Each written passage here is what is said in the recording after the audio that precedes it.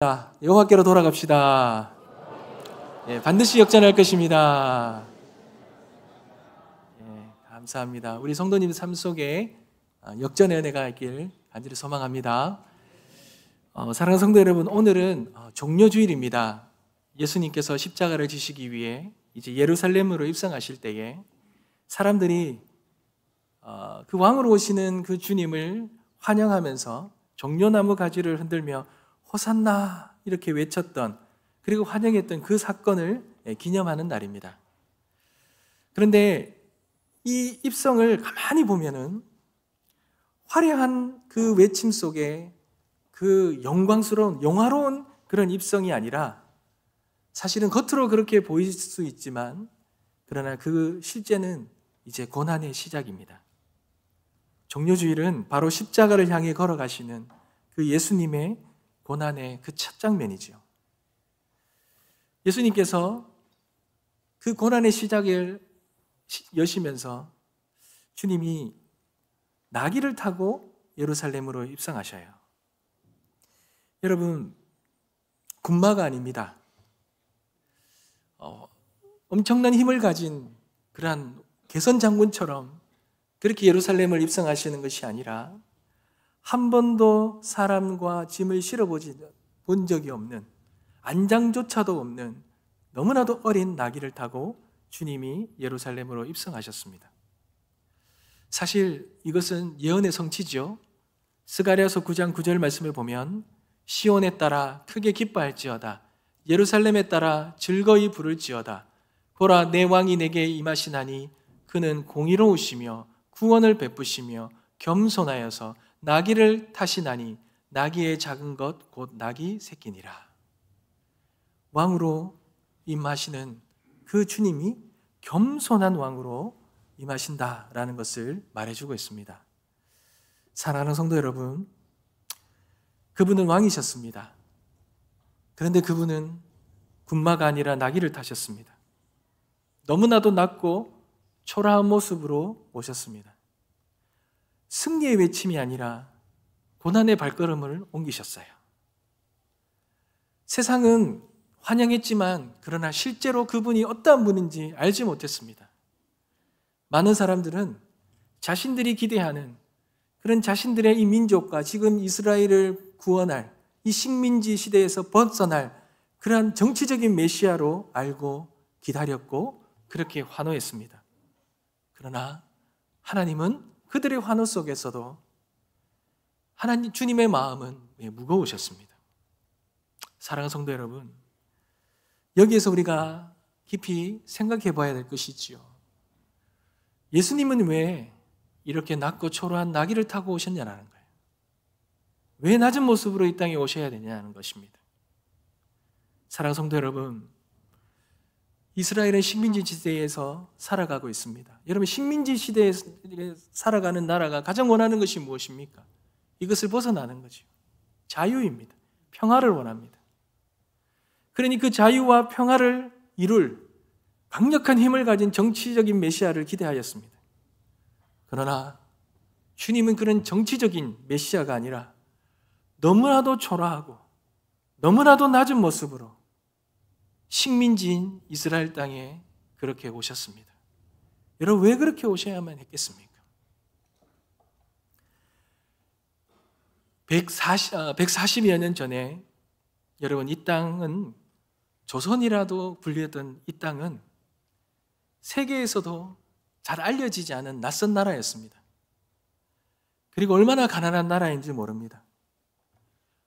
세상에 아는 이 나라를, 조선이라는 나라를 아는 사람들도 별로 없었고, 그 나라가 존재하는지도 몰랐고, 수백 년, 수천 년 동안 가난에 찌들려져 있던, 한 번도 잘 살아본 적이 없는 그런 나라가 이 조선이었습니다. 근데 여러분, 140여 년 전에 수많은 젊은 외국 선교사님들이 그들의 인생의 그 미래와 안락한 삶을 다 내려놓고 이 낯선 땅 조선을 찾아왔습니다. 여러분, 그들이 왜 왔겠습니까?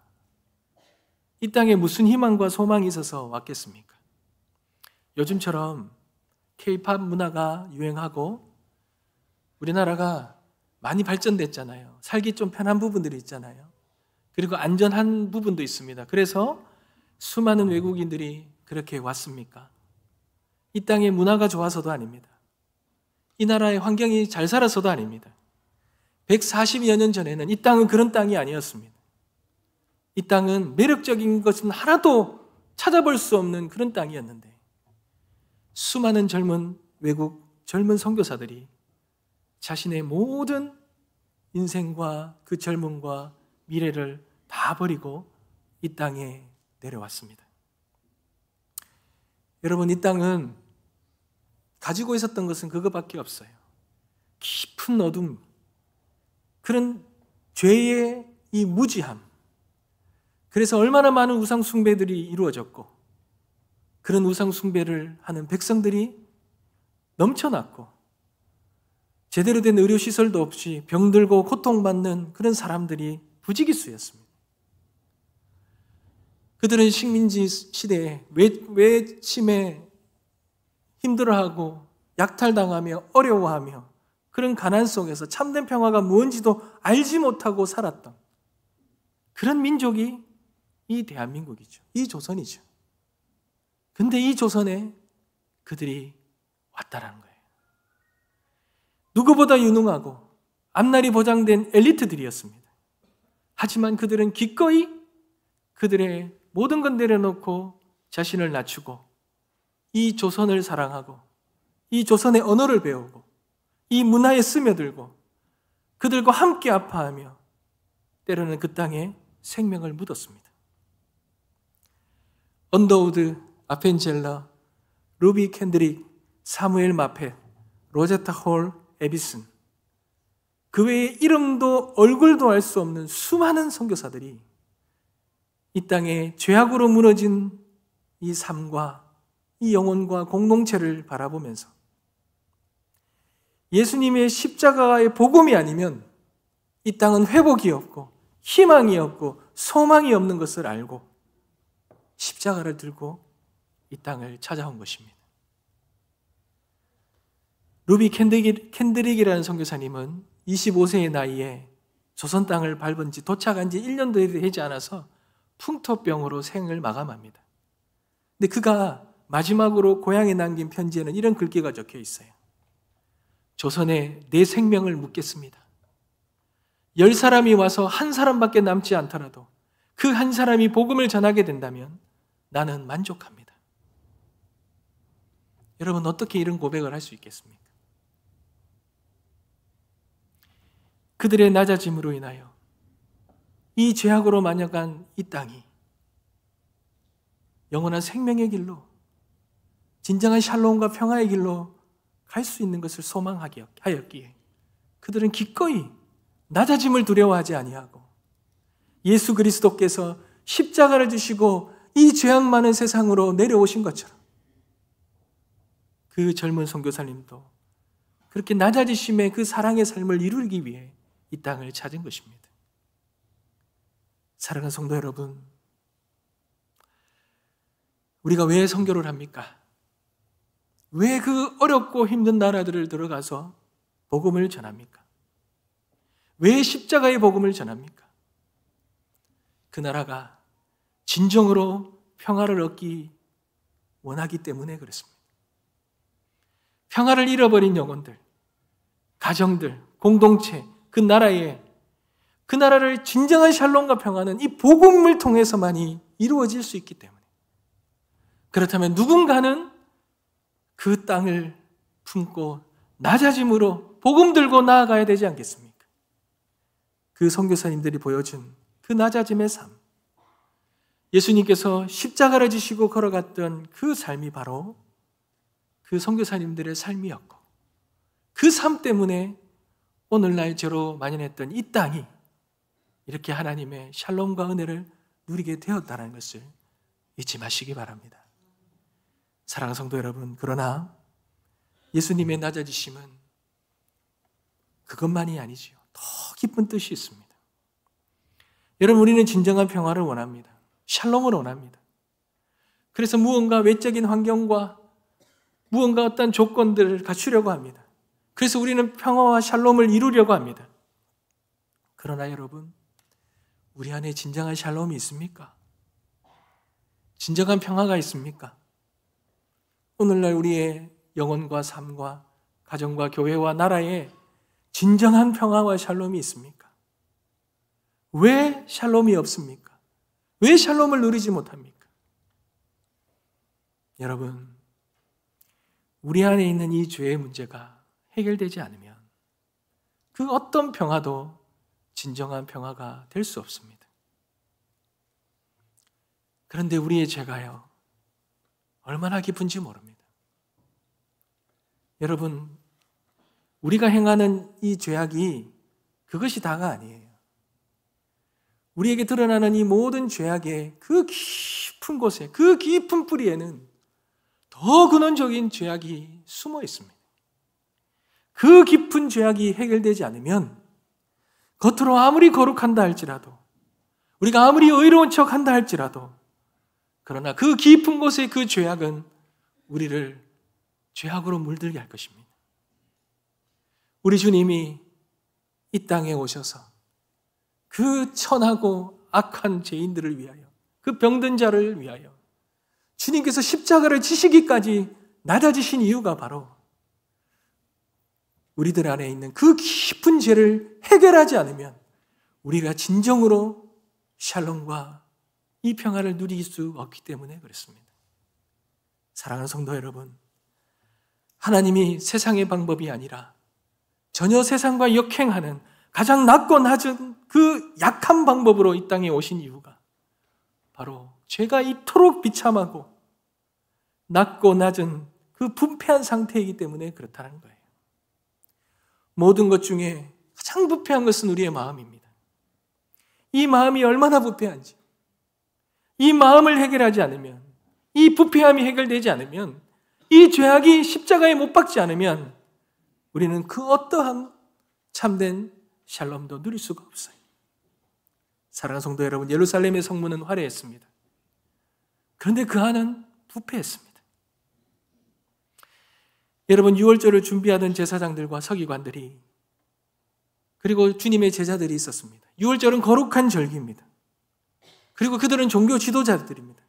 여러분, 그런데 그 거룩한 유월절에 그들이 겉으로는 유월절을 준비하지만 그들의 마음으로는 예수를 죽일 생각을 하고 예수를 은삼십에 팔 생각을 하였습니다.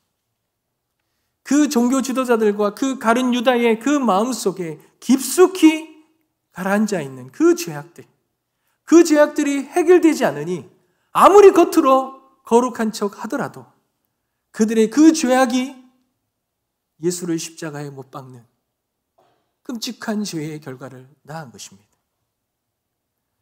당시의 군중의 외침은 뜨거웠습니다. 그러나 그들의 마음은 차가웠습니다. 사랑하는 성도 여러분, 행여나 우리의 삶도 그렇지 않습니까? 신앙의 외형은 있습니다.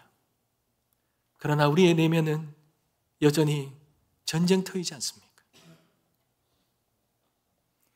우리는 겉으로는 믿음과 신앙생활을 한다고 합니다.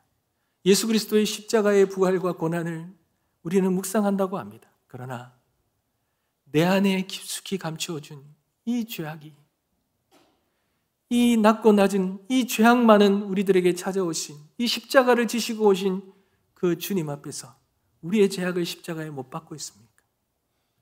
그 십자가에서 우리가 만났습니까? 그 내면을 향하여서 그 낮은 곳으로 오신 그 주님의 그 사랑의 은혜를 우리가 깨닫고 경험하고 있습니까? 하나님은 우리를 정죄하러 오신 것이 아니에요. 우리 안의 죄를 그분 자신이 감당하시고, 그리고 우리에게는 참된 샬롬의 평화의 은혜를 주시기 위해 우리에게 오신 것입니다. 그러니 우리는 그 주님의 십자가를 우리 내면 깊숙이, 그 깊숙한 곳에 있는 우리의 죄악을 가지고 만나 그 십자가에 우리는 못을 박아야 합니다.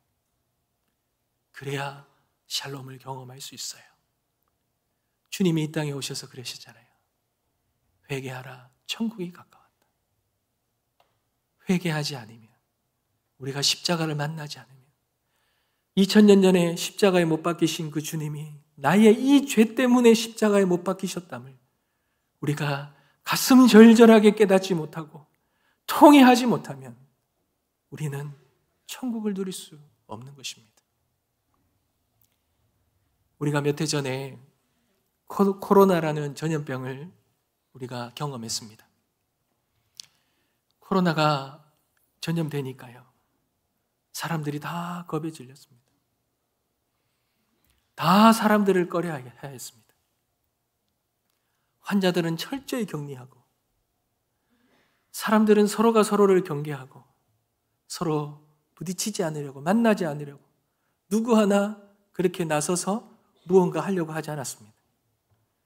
그때에 참 많은 수많은 의료진과 군인들이, 그리고 많은 사람들이 스스로 방호복을 입고 환자들 곁으로 나아갔습니다. 그리고 함께 앉아주고 함께 손을 잡아주고 그들의 고통을 귀를 기울여주고 그들을 치료하고 돌보았습니다. 근데 그러다가 그 자신도 코로나에 감염되어 고통하다가 실제로는 죽음까지 이르는 사람들도 있었지 않습니까? 그 죽음이 너무 헛되어 보입니까? 사랑하는 성도 여러분, 예수님의 낮아지심이 바로 이런 사랑입니다. 예수님은 죄라는 영적인 감염병에 걸려서 썩어가는 우리 안으로 들어오신 것입니다. 죄는 격리된 병동처럼 우리를 하나님으로부터 단절시키고 우리를 고립시키고 결국 멸망으로 이끌어갔습니다. 하지만 예수님은 그 격리된 병동으로 죄악된 인간의 한가운데로 몸을 낮추어 그들에게 들어오셨어요. 그들과 함께 고통을 나누셨고 그들의 감염된 온몸을 만지시면서 회복과 평화와 생명의 은혜를 나누어 주셨습니다. 그리고는 그분이 그 십자가의 죽으심으로 죽으셨어요. 그 낮아지심으로 이루신 사랑의 결과가 오늘 우리가 여기에 있는 것입니다. 사랑하는 성도 여러분, 우리는 늘 그렇게 말하지요. 우리의 삶은 왜 이럴까? 우리의 가정은 왜 이렇게 아픔이 있을까? 우리의 공동체는 왜 이렇게 수년 동안 계속해서 아파하고 힘들어할까? 이 나라는 왜 이렇게 어려움만 계속 가중될까? 여러분, 이 모든 것들을 회복시키고 온전하기 위해서 프로그램이 필요한 것이 아니에요. 사람을 바꾼다고 되는 게 아니에요. 모두가 예수 십자가의 앞에 엎드려져 그 죄악을 십자가에 못 박아야 희망이 있습니다. 진정한 회개 없이는 진정한 평화가 없습니다. 예수님의 낮아지심이 나를 위한 것이었음을 믿고 내 죄가 얼마나 깊은지를 깨닫고 그렇게 주님 앞에 우리의 죄를 십자가에 못 박고 나아가야 참된 구원의 기쁨을 누릴 수 있는 것입니다. 사랑하는 성도 여러분, 이 고난의 주간을 시작하면서 이 고난의 이 주간이 그냥 의뢰의 1년 동안 1년이 되면 어느 정도가 되면은 우리가 보내는 그러한 시간으로 보내지 마시기 바랍니다. 주님께서 왜 이 낮고 낮은 땅에 우리 같은 이 죄인 속에 주님은 십자가를 주시고 들어오셔야만 했는지를 우리가 깊이 묵상하고 우리는 과연 우리 안에 있는 이 죄의 문제를 십자가에 못 박았는지, 주님의 그 낮아지심의 그 놀라운 은혜와 사랑을 우리가 느끼고 있는지, 누리고 있는지, 우리가 진정으로 다시 한번 주님 앞에 제대로 서 있는지를 돌아보면서 우리에게 주신 십자가의 은혜를 깊이 묵상하는 그러한 고난 주간이 되시길 주님의 이름으로 축복합니다. 말씀을 맺겠습니다. 사랑하는 성도 여러분, 오늘 우리의 본문을 보면, 그리고 또한 우리가 부르는 이 호산나, 이 호산나는 단지 감격의 외침이 아닙니다. 이 호산나는 주님, 내 안의 죄를 고쳐 주시옵소서. 내 안에 이 깊은 죄, 어찌할 수 없고 도려낼 수도 없고 이 죄에 감염되어서 썩어져 말을 하고 생각하고 행동하는 모든 것이 죄로 가득한 이 죽어 마땅한 이 죄인을 주님 구원하여 주시옵소서. 이 호산나는 이런 회개의 기도의 외침이 되어야 합니다. 오늘 종료주일은 예수님을 겉모습의 왕으로 환영하는 날이 아니라 우리의 삶의 주인으로 깊은 내면까지 다스리는 평화의 왕으로 모시는 결단의 날이 되어야 될 줄 믿습니다. 그 주님을 우리의 마음속에 깊이 받아들이고 우리가 주님 앞에 새롭게 세워지는 은혜의 시간들 되시길 주님의 이름으로 축복합니다. 찬양하겠습니다.